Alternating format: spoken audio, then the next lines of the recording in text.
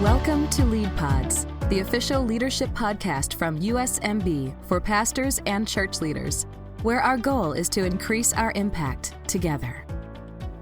Hello, my friends. Welcome to episode 83 of the USMB Lead Pods. My name is Matt Ersman, and as always, excited to be with you for another really great episode. Today, I'm going to introduce you to an old friend of mine that I've known for a very long time. Alan George is the former online pastor for Life.Church. Yes, that Life.Church, the huge one. Alan oversaw their online ministry for over a decade, and he grew it from basically their very, very early days to the huge online ministry that it is today. He oversaw a lot of those things during the COVID era, and of course, he and his team over there at Life.Church are just always so innovative, and they do so many new and big and exciting things for not only their church, but also the capital C church around the world with tools that all of us can benefit from. So today I'm talking with Alan about church online, and I'm guessing most of you either stream your services or maybe you post something, either a podcast or a video from your service after the sermon. You probably do something, especially post-COVID. So I kind of wanted to take that to the next level with Alan. If most of us are doing that these days, what else can we do online, and what kind of strategy should we build for further engagement? And we also talk about some of the new technologies that are emerging, and is it worth it for our churches to do some things with VR and AI and all those kinds of things? Now, one thing I did want to say, I know at least for me, when I hear interviews with people from big, influential churches, sometimes it's almost demotivating because they have way bigger teams, way more budget than most of us have. But I just wanted to let you know from the upfront here that Alan did a really good job of keeping it really small, personal, things that all of us can think about. He actually comes from a smaller church background, and so I think he's got insight that is relevant to all of us, and I was really grateful for his perspective. Okay, so as always, we'll take a quick break to hear from a sponsor, and then we'll do a deep dive on online church with Alan George.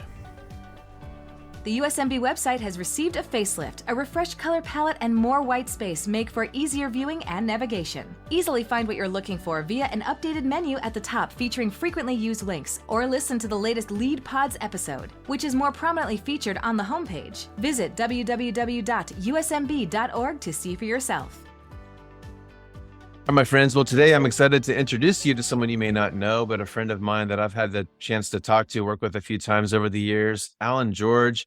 Alan has been a pioneer in the online church world for a long, long time. So I'm excited to share a lot of his knowledge with you today. So Alan, thank you so much for joining us today.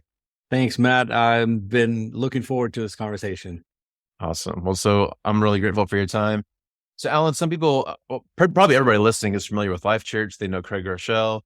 You worked there for many, many years, and you were really instrumental in getting their church online platform up and running and really making it the success that it was. But I know that wasn't necessarily on your radar, right? Can you tell us, like, how did you get there, and walk us through anything that led to getting you at Life.Church? Yeah, it's quite funny, actually, because I wouldn't consider myself a digital native. I see myself more as someone that's kind of moved into the land and have learned to adapt and learn. So Life.Church was my first ministry job, and I started in 2010. I actually started at one of our physical locations, our South Oklahoma City location. Just for context, I wasn't born and raised here in the US. I moved here in 2004. And so I was still learning the culture, and I'd never seen a church that was bigger than 200 people. Never. Yeah. I just didn't know those things existed. I remember the first time TBN came to the place where I was living, and I was like,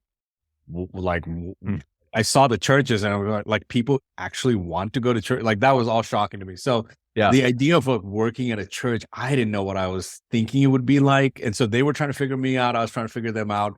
And so my first role at the church was actually, I was the children's pastor at our location. Now, mind you, I wasn't even really good with my own kids, and I had no kids ministry experience. But what really helped was, I think there were some things inside my own heart that I needed to figure out. I had my plan. I had my idea of what I wanted to do. And I think it was a moment where I got to go face to face with God and say, okay, is it my plans or is it God's plans? Yeah. And it gave me an opportunity to just surrender. And I had so much fun because at our campus, it wasn't necessarily about leading the kids, but it was about leading the parents of kids and building up families. And that was just really exciting to me. 6 months into that role, one of our directional leaders or our executive pastor said, hey, you've lived abroad and you grew up in a different country and all that. I'd be curious to hear your perspective of church online. And I like my like honest, transparent initial thought was like, what is that? And why would anyone want to be interested in church online? Because my world was all just physical, face to face. I thought I'd be at a campus forever. And here was this idea. And I thought, okay, well, I'm curious, so I'll explore it. And what was interesting to me was I saw that with church online, what would have taken years and years to reach the world, you could do that now at the click of a button. Yeah. And that intrigued me. That just really started getting me more and more curious. And it led to me getting the opportunity to step into the role as a church online pastor. So when I joined the team, they were running around 4 to 5 years. They were already they had started 4 or 5 years ago. And so I kind of stepped in after a lot of the foundation was built, and we just had an incredible team, and it was amazing next 10 years, amazing experiences, amazing stories, just incredible to see how God worked. Yeah, well, that's cool. So you mentioned, I mean, your context was kind of small church. Church online was kind of a new concept to you. A lot of people listening probably work at smaller churches. And I get you kind of hinted at this, but I know even after COVID and after everybody had to move online, I think some churches still have a little bit of a hesitancy. Like, is this really church? Like, does this really quote unquote count? So I guess, did you have some of those kind of thoughts yourself, and how did that evolve over time? Absolutely. I had all kinds of questions because my current reality, even though I was part of the church online team, I was attending a physical location with my family. And we have, I mean, like right where I live, there's one like 5 minutes down the road, and I've been part of that campus ever since the beginning. And so I was in an environment and leading an environment that I myself wasn't living in completely. So it took a while for me to really understand what this world was all about. Now, what helped was I'm originally from India, and I have family that lives all over. My mom at the time was also living in India. And these certain things would happen that would just catch my attention. For example, when you could do video calls and things like that, when that first came out, my mom would say, I want to see the grandkids. Can you put them on a video call? And at that time, the argument was, man, church online is not a real church. This is not biblical. There's no theology behind it. I mean, there was all of that. And I thought to myself, if I were to tell my mom, the ideal experience for you to connect with your grandkids is in person. And so let's wait till you come here on your visit, and then you see them face to face. My mom would slap me through that phone and say, put the kids on the phone. Because it's not about the ideal experience. It's like, what do I have available to me right now? Yeah. So, I mean, I can give you like a million different stories, but those kinds of things really got me thinking. It's not about which one's better. It's about how can we reach people and meet people right where they're at. That's what really is fundamentally what we're talking about. Is there anything better than in person? Yes, there is, when you can't reach someone in person.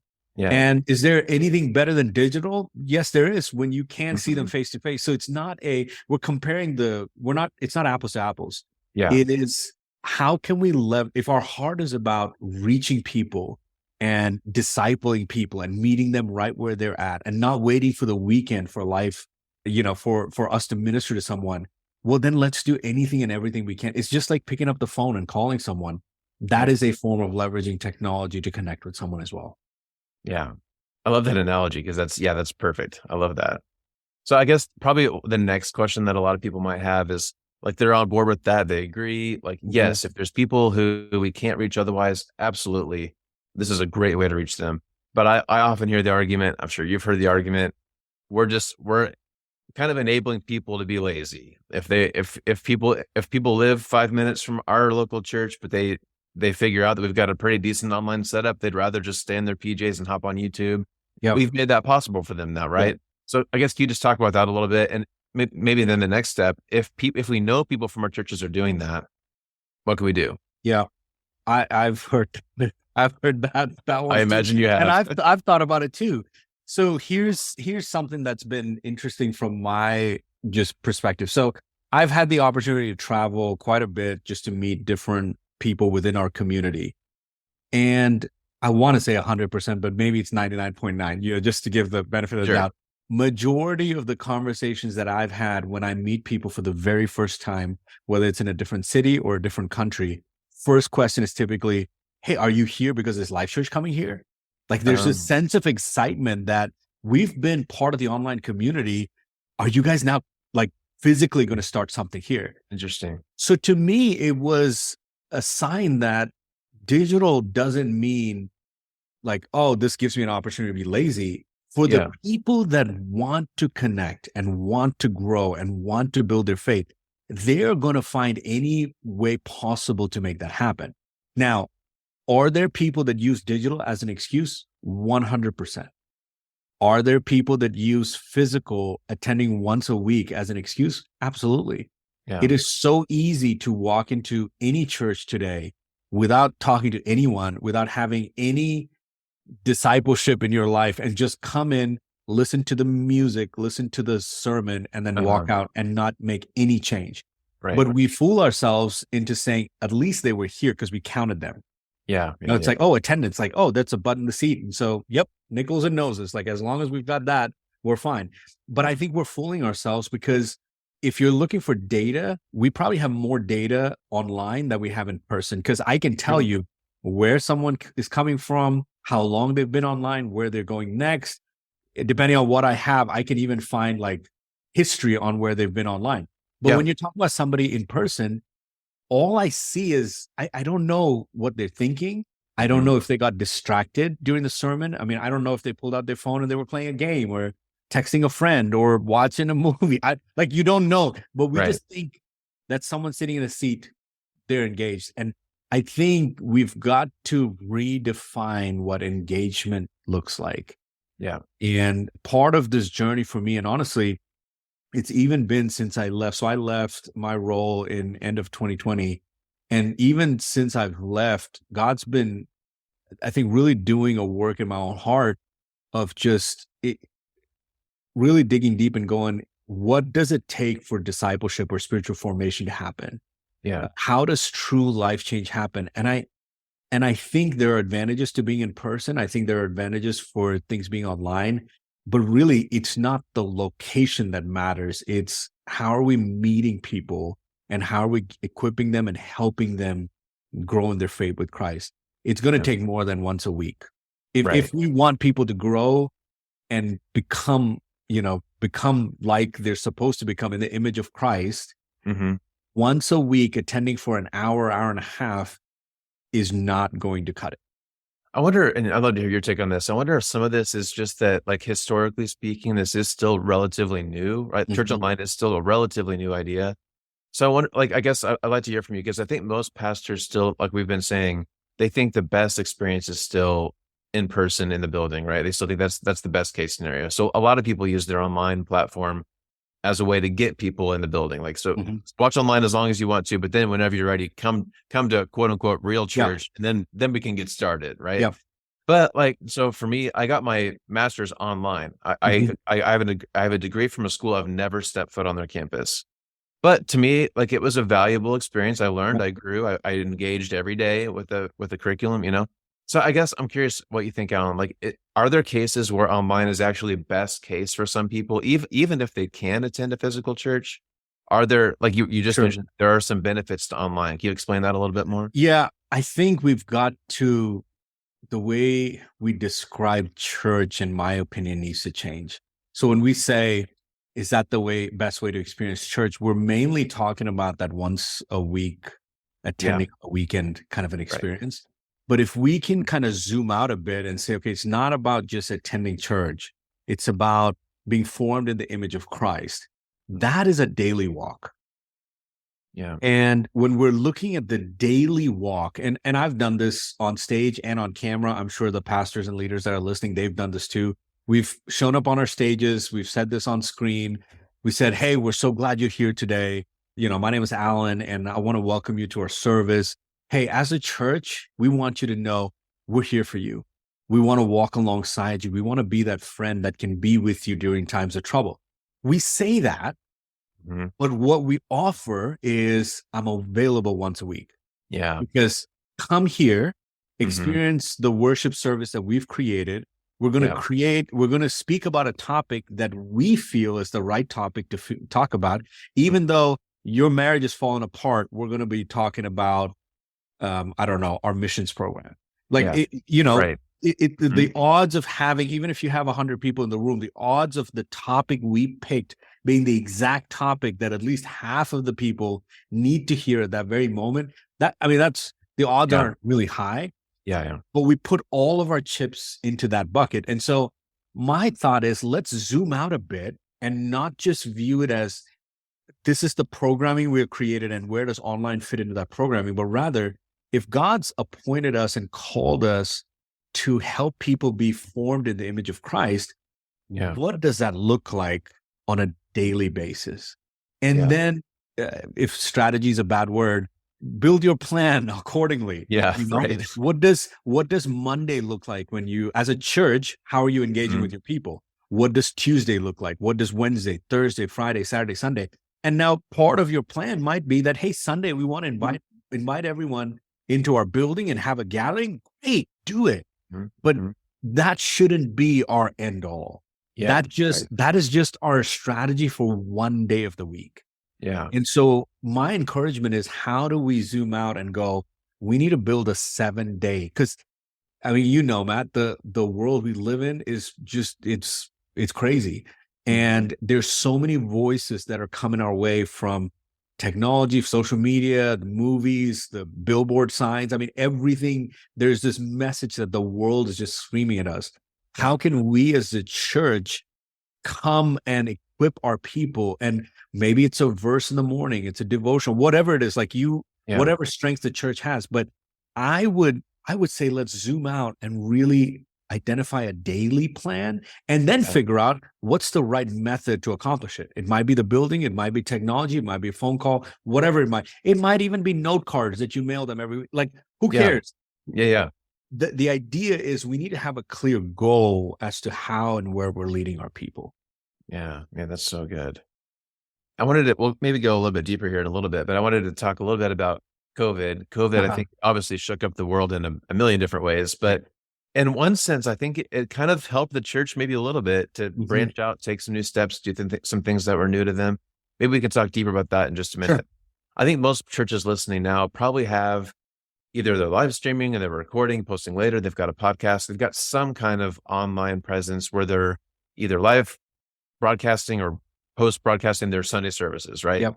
So maybe if there's a church listening who's doing that, but they love what you just said about that, the Sunday service is great. What else are you doing? Sure. Either from Life.Church or other churches that you've seen. Can you tell us more? Like, so if there's posting a verse on Facebook or Instagram, whatever, what kind of next step engagement online things have you seen that you really like?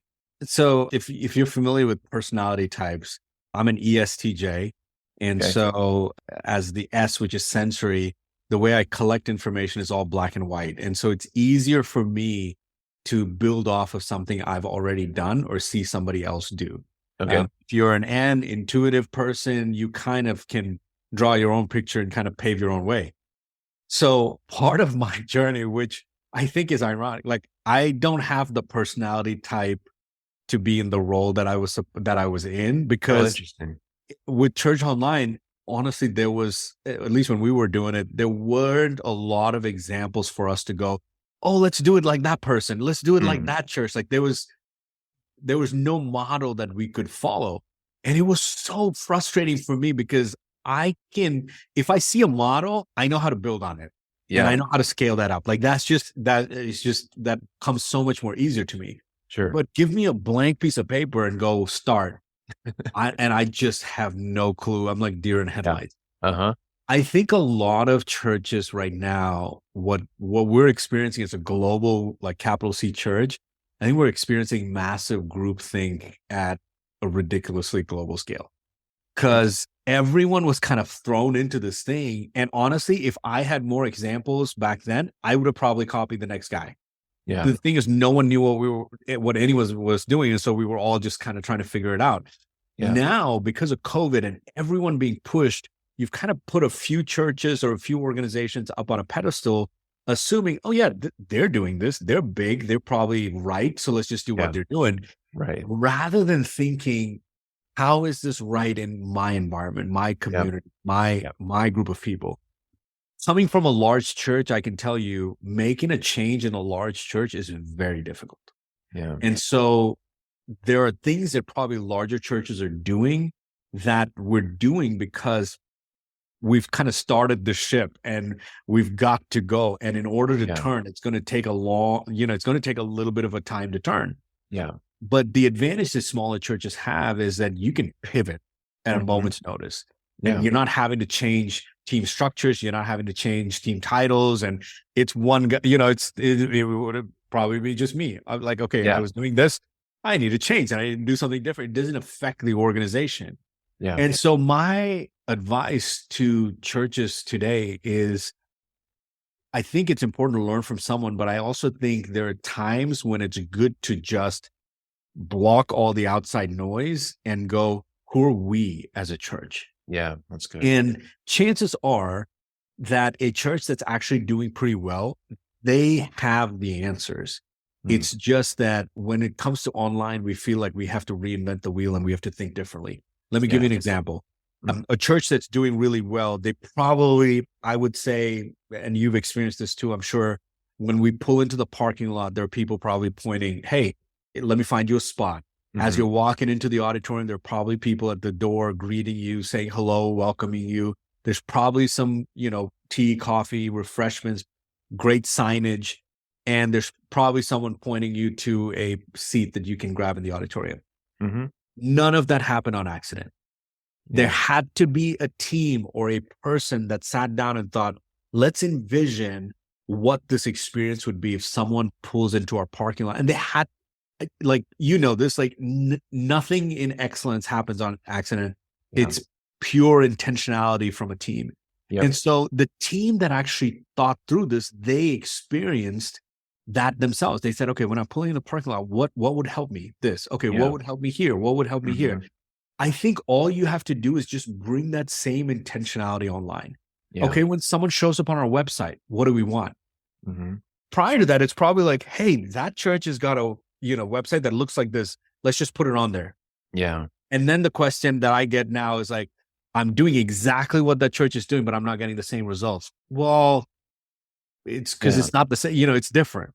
Yeah. And so I think it's just, as a church, can you take the time to sit down and really go through those steps? One quick example too. Yeah. A previous CEO of Home Depot, incredible guy. He faced the same thing with bringing technology into the Home Depot space.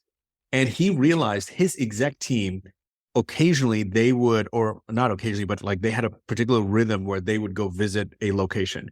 They'd walk the aisles. They want to experience what their customers would experience. And he realized, even though they started bringing technology, they never did that with their technology side. And so now what they did is they added in, just like you would do a in-person visit, they would meet in their conference room, open up their thing, and they would actually sit there with their laptops and go, okay, let me go find a chainsaw. Oh, this is hard. How would I do that? I can guarantee you senior pastors are not visiting their online site, and they're not, I mean, I hope they are. But if you were to just experience it, the same strategies that you've created in person, you can build online. It's not rocket science, because it's not about technology, it's about people. One example of that I wanted to ask you about. So again, I think something that we think about on the leader side, but maybe we haven't experienced ourselves, or maybe we have a different experience when we experience it as a user, not a leader. I want to hear what your thoughts are about chatting during a service for worship services. Because this is something where I think, again, like if we look around at the big successful churches, a lot of churches do this, but some churches don't, and some churches don't on purpose, and some don't just because they don't have a good person to do it. So I guess just for some background, people aren't sure what we're talking about. So if someone's watching an online service, there's usually an option. There's either a chat window, or if you're on Facebook or YouTube, you can add comments, right? Some churches do this really, really well, and you can see a ton of engagement back and forth, and it's kind of cool. It's encouraging. Yeah. Some, like for example, my church, we've tried it and it just hasn't really worked. And I'm kind of torn, Alan, because I think on one hand, we want people at home to be engaged. Like it's a good metric to see that a lot of people are commenting or chatting or whatever.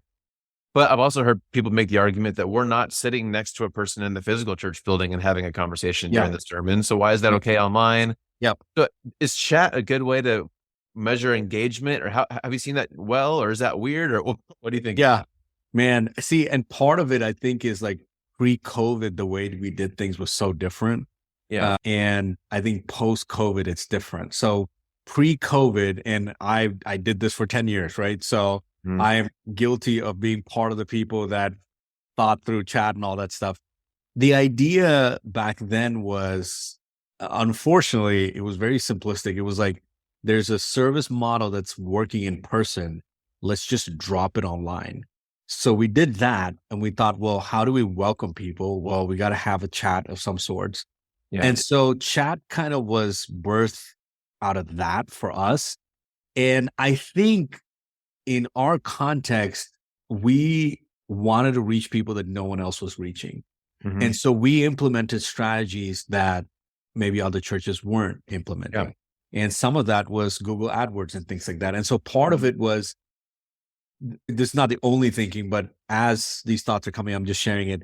Sure. I know that when someone came to church online, they could have come through an ad, they could have come through a Facebook share, they could have come through some kind of a friend invited them, whatever.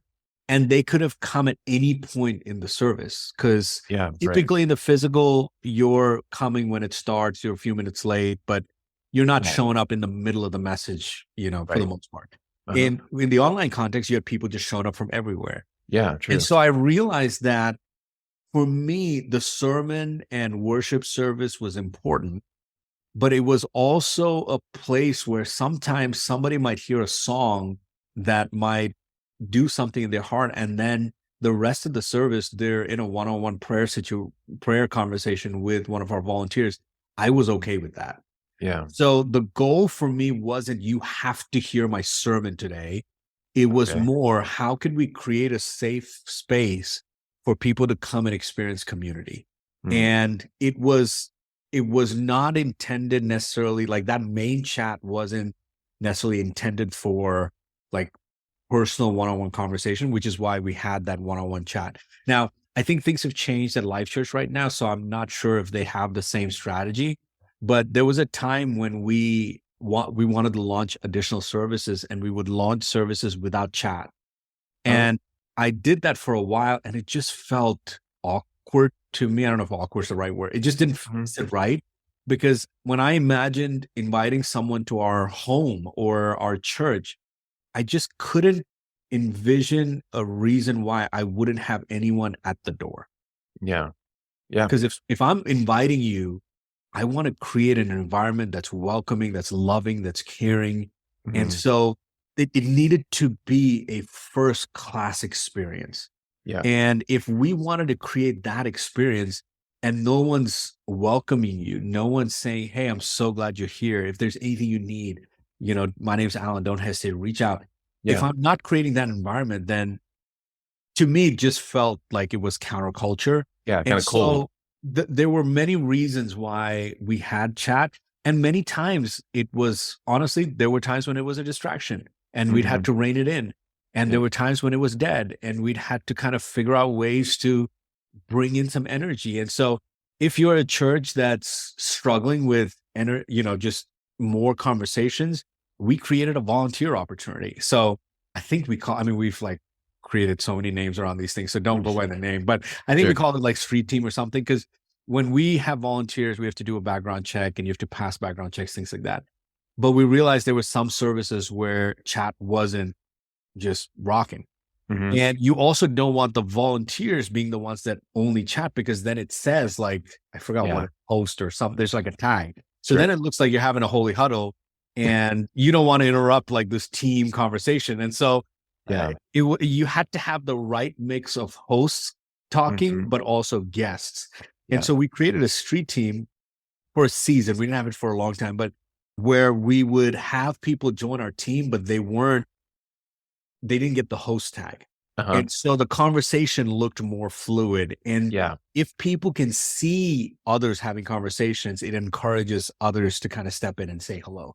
So we did that, but we also, obviously on screen, we invited people and Yeah, I can give you a couple of stories of like trying to figure out how to get chat going because it's not easy. Yeah, it's hard. Yeah. And I think going back to our original idea, before a church decides whether they want to have chat or not, they need to clearly know why they're having chat. Yeah, that's good. And it's not just, oh, this church has chat, so we're going to know. Why does chat exist? Uh-huh. And for some, maybe I think I know churches where they actually shut down chat during the sermon because they don't want it to be a distraction.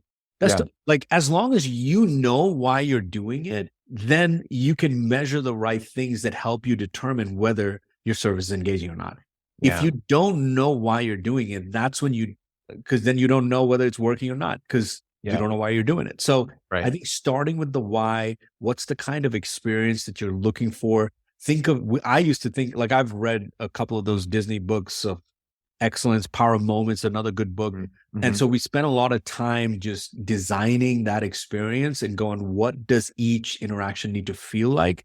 And then we train and develop our volunteers in a way that reflects our values. So the chat question goes a little bit deeper than just should we have it or should we not? Yeah, no, that's good. You're right. So the why is always, we get all distracted by all the tools, right? But the why is always the most important thing. Yep. So I'm going to contradict myself because I just said that, but I have one more kind of nitty-gritty question for you. Sure. Another question I hear all the time at my personal church and several other churches is, how do we count attendance online, or should we count attendance? Yeah. People, they've probably heard that, Facebook counts a view after 3 seconds, I think. YouTube counts, I don't know. They're all a little bit different, but the algorithm is different. Are views important? Should we care about online attendance? How can we do that realistically? What did you guys do? Yeah. Oh man. How much time do we have?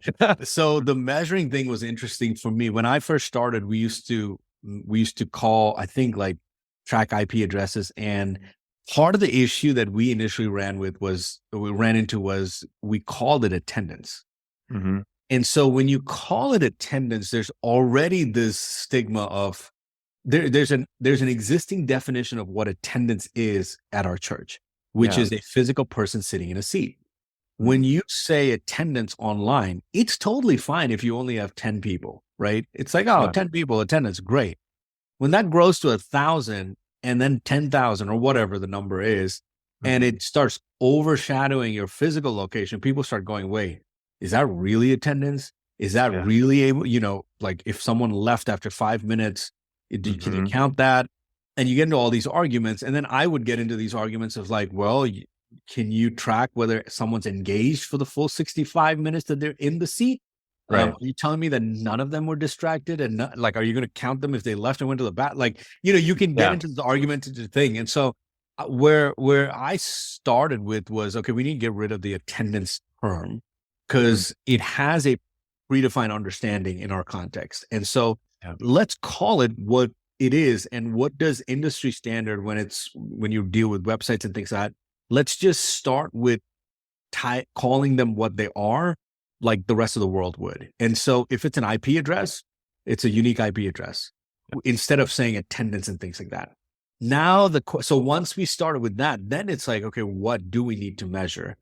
And we've changed so many times because things changed. And there was a time when we would count simultaneous viewers, like simultaneous IP address. So what's the highest percent or highest number within a service of the most number of people in that service, which was great, except when you start running ads, things change because you might have if you run ads in a 45-minute window, you'd have a certain number of IP addresses show up.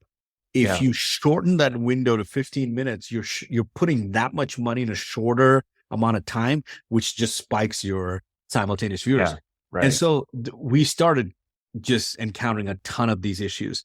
So where we finally landed at, I don't know what it is right now, but we just took every platform as it is. Like you mentioned, Facebook calculated different from YouTube, which calculated different from the Church Online platform.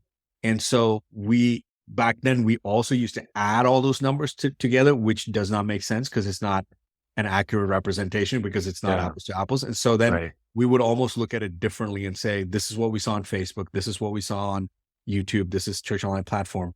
But I think when we're looking at it today, post-COVID, if we do just our service number, we're going back to that idea of how many people showed up at a service, and we think that's the end all. Yeah. If our goal is helping people be formed into the image of Christ, we need to add additional ways to track how that is. Yeah. I'll give you another thing, and I'm hoping more churches get into this. A lot of churches have a church app. Mm-hmm. Typically, the church app is just a library. It's, go watch a previous message. You can check in with your kids. You can give. Yeah. But it's not a tool that churches think of when it comes to helping my community being formed in the image of Christ. Yeah. We can easily take a play out of YouVersion's playbook, the Bible app. The Bible app has now created reasons why you would go into the Bible daily. Yeah. Does your church app have a reason why someone would go to that app daily?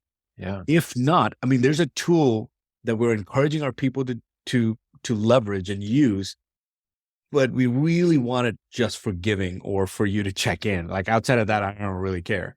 Mm-hmm. How do we change that philosophy and go, what are the tools and technology that's available to us that we've been inviting our people to download? How do we use those tools to help them grow in their walk with Christ daily? Maybe it's a button that says, if you need prayer, we'd love to pray for you. And there's a live team just available. Like now you've got a volunteer option because you have people in your church saying, I want to do more. I want to serve more, but the only opportunity I have is one day a week. No, like now you do, you can set it up to where you get pinged if someone's requesting for prayer. You can obviously vet your team, but if you had a team available to pray, imagine if someone in the church on a Thursday night, like at 1:00 is struggling and they've stayed away from an addiction for so long, but they've just had a bad day and they're about to kind of go back and get a drink or do something that they shouldn't do. Imagine if the church was available at that time to where they could say, hey, I just need someone to pray for me right now. And boom, in 30 seconds, someone responds and prays for them. I think we need to think differently about how we can connect with our community and leverage the tools that we have. So going back to counting, I think it's figuring out, if we were to go back to the drawing board and say, we want to lead people to become like Jesus on a daily basis, well, then what do we want? What do we think someone needs to do every day, every week? And then measure that and have a baseline that you create and be real with those numbers. Don't try to fudge the numbers to make yourself feel good, but be real with it. I think another opportunity is, sorry, I'm like throwing ideas your way, but these I love it. Keep it coming. We take so much time and energy to preach sermons, and we preach a sermon and it's done, and then we put it on our library and it's forgotten. What if the pastor's preaching about marriage and you then create content for the rest of the week where me as an attendee and say, Matt, you preached on marriage, and say every day you give me something to do. It's like, hey, today I want you to tell your spouse that you love them. And that's going to be our goal for this week. Make sure you say it once every day. And imagine if there's a button on that app that says, hey, did you tell your spouse you love them? And you hit yes. Like, think about this. Not only are you creating a habit in the life of your attendee, but you're now collecting data that you can look back and say, hey, we did a marriage series for 4 weeks, and 25% of our people say that their marriage has become better as a result of doing these 4 things for these past 4 weeks. Like, we're not limited to just nickels and noses anymore. We can ask people questions and they can respond. And now we can create a more comprehensive view of who our people are. Yeah, that's awesome. I love it. And I love your heart behind it too. Okay, Alan, our time's going really fast. I'm going to try to squeeze in one more question. We'll try to get you out soon after this. We just spent a lot of time talking about tools. We've talked a lot about your why is more important than the tools, right? We often get distracted by the tools. Right now, the tools that are on everybody's mind, everyone's talking about VR, AR, AI. And again, like it's early. I appreciate what you said about your personality. You like seeing what other people are doing well, but see what you can learn from them. From your perspective, is that something that the average church should be keeping an eye on? For our listeners, do they need to be up on this? Should we wait and see? What do you think on some of these kind of new tools that are out there right now? I love the new tools that are coming up. I mean, we had this conversation years ago before AI. We're talking about if back when bots had just come out, it's the same thing, but this thought of like, what if we had a bot that responded to people, and what if that bot somehow, like back then it was like, what if they accidentally lead them to Christ? Like, is that legit? Does that count? Yeah, Is that, right. do they end up going to heaven and be like, well, that was with a bot. Like that doesn't count. Like go back I don't know. And so we have all these like nervous questions. So I'm not going to try and answer any of those. I think what's super helpful is as we identify our why. So one of the things that helped me as a church online pastor was my goal was to reach as many people as possible. And so sometimes the newest and greatest thing was just adopted by the early adopters, but the mass number of people were not using it. And so I really put a lot more focus into that. Okay. Now, it helped because we had more people on our team. There were people that were thinking about almost like, if you want to call it like a undercover R&D department, where they're just exploring what's there. They've got a pulse on it. And we had a few people on our team that they were interested in the new and they kept their mind on it and they just kept trying it. And so I think there are things like that it's good to have a pulse on because you never know what's relevant. This is not AI or VR and stuff like that, but the gaming world, for example, I'm not a gamer. And our filmmaker, he's a gamer, and he would just keep telling me, he's like, Alan, you don't realize there are more people. Like he showed me, I watched this Netflix video once. They added up all the people or all the money that goes into like NBA, NFL, NHL, like all the sports together. And it was still less than the esports world. It's insane. And so, and I see, again, I'm that S guy. I'm like, man, I didn't like, you're showing me data. You're showing me. So even though that wasn't a new thing, it was still new to me and it was very new to our space. And so we wanted to start and, something there. And so our filmmaker, he's just a brilliant mind. He games when he's at home. So he's like, are you cool with me starting a gaming life group? I was like, yeah, go for it. And so he actually started a gaming life group. And I still remember when he texted me, because a couple of weeks went by and he actually led the first guy to Christ. And it was like, we lost it. In a week, we would see quite a few people come to Christ, but this was a new thing. And to see one person, it felt incredible. Now, that was not something that I was comfortable with. I didn't understand it. I had no idea how to do it, but then God brought the right person. And so I think if there are people on your team that are excited about AI, excited about VR, excited about all these new things, I think it's just don't try to hush that conversation. I would encourage it. And not saying that you have to redesign your entire service in order to do that, but keep learning, keep exploring, keep trying to figure out how do we leverage this. And maybe there might be a small group of people that live in that space. Like Apple just came out with their new the VR stuff. Vision. I can't afford that. I'm not going to buy it. I don't know how many people on earth could. And so would I build a ministry on that today? I probably wouldn't.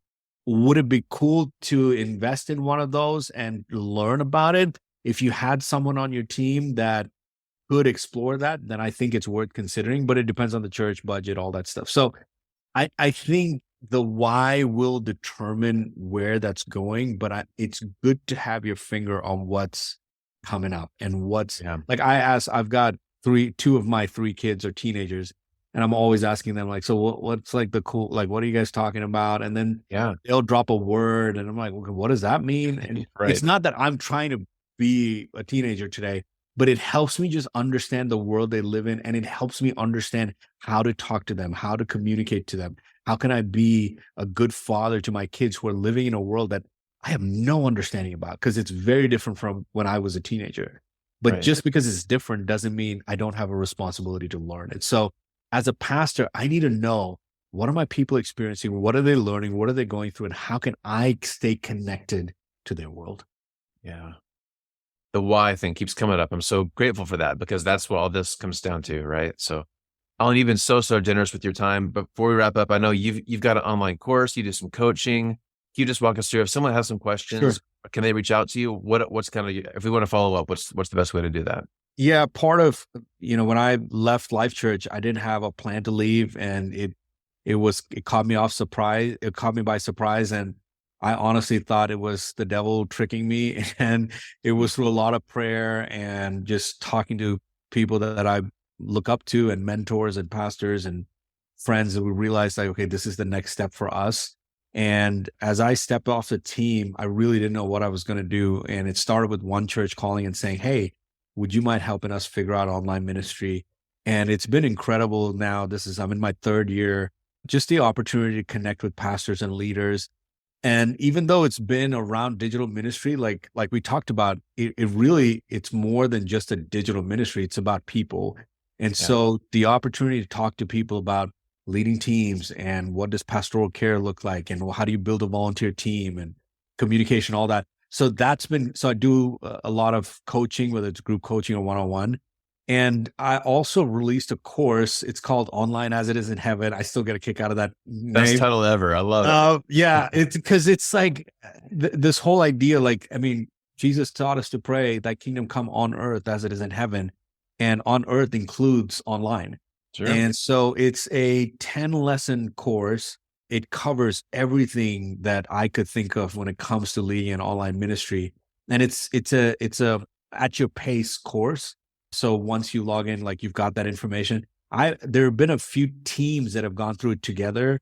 I highly recommend that. And if it's just you, maybe it's you and your leadership team going through it, because it'll help you get an understanding of, okay, if we have an online ministry, how do we think about it? It's not a, this is how you set Facebook and this is how you do an ad. It's all around, how do you think about communication? How do you think about giving? How do you think about volunteers? How do you think about small groups?